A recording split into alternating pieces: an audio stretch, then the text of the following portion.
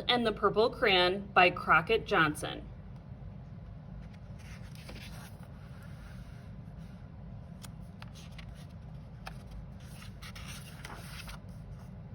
One evening, after thinking it over for some time, Harold decided to go for a walk in the moonlight.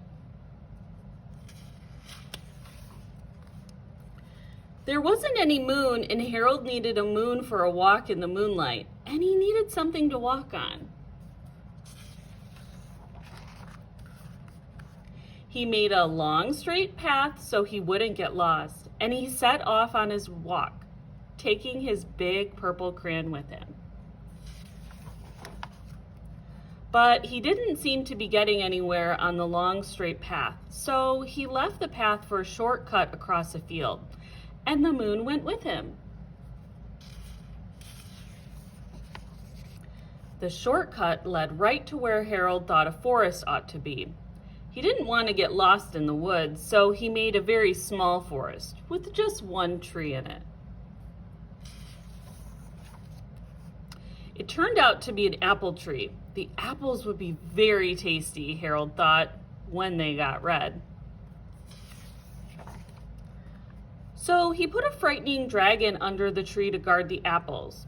It was a terribly frightening dragon. It even frightened Harold. He backed away. His hand holding the purple crayon shook.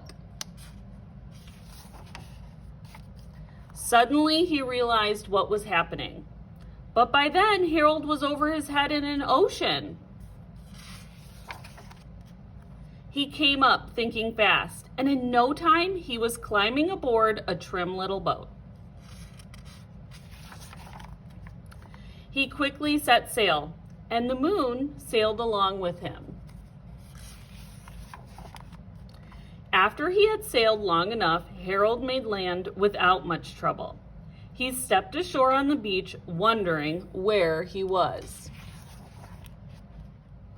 The sandy beach reminded Harold of picnics, and the thought of picnics made him hungry, so he laid out a nice, simple picnic lunch. But there was nothing but pie. But there were all 9 kinds of pie that Harold liked best. When Harold finished his picnic, there was quite a lot left. He hated to see so much delicious pie go to waste. So Harold left a very hungry moose and a deserving porcupine to finish it up. And off he went, looking for a hill to climb to see where he was. Harold knew that the higher up he went, the farther he could see. So he decided to make the hill into a mountain. If he went high enough, he thought, he could see the window of his bedroom. He was tired and he felt he ought to be getting to bed. He hoped he could see his bedroom window from the top of the mountain. But as he looked down over the other side, he slipped. And there wasn't any other side of the mountain. He was falling in thin air. But luckily he kept his wits and his purple crayon. He made a balloon and he grabbed onto it. And he made a basket under the balloon, big enough to stand in. He had a fine view from the balloon, but he couldn't see his window. He couldn't even see a house. So he made a house with windows, and he landed the balloon on the grass in the front yard. None of the windows was his window. He tried to think where his window ought to be. He made some more windows. He made a big building full of windows.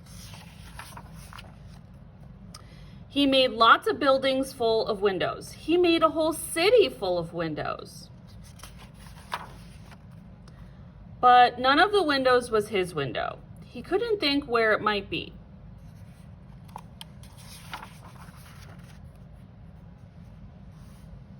He decided to ask a policeman. The policeman pointed the way Harold was going anyway, but Harold thanked him.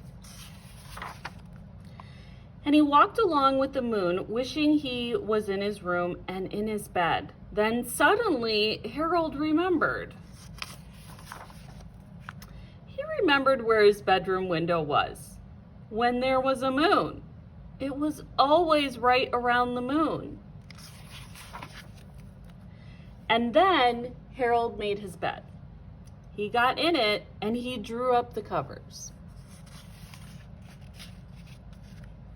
The purple crayon dropped on the floor and Harold dropped off to sleep.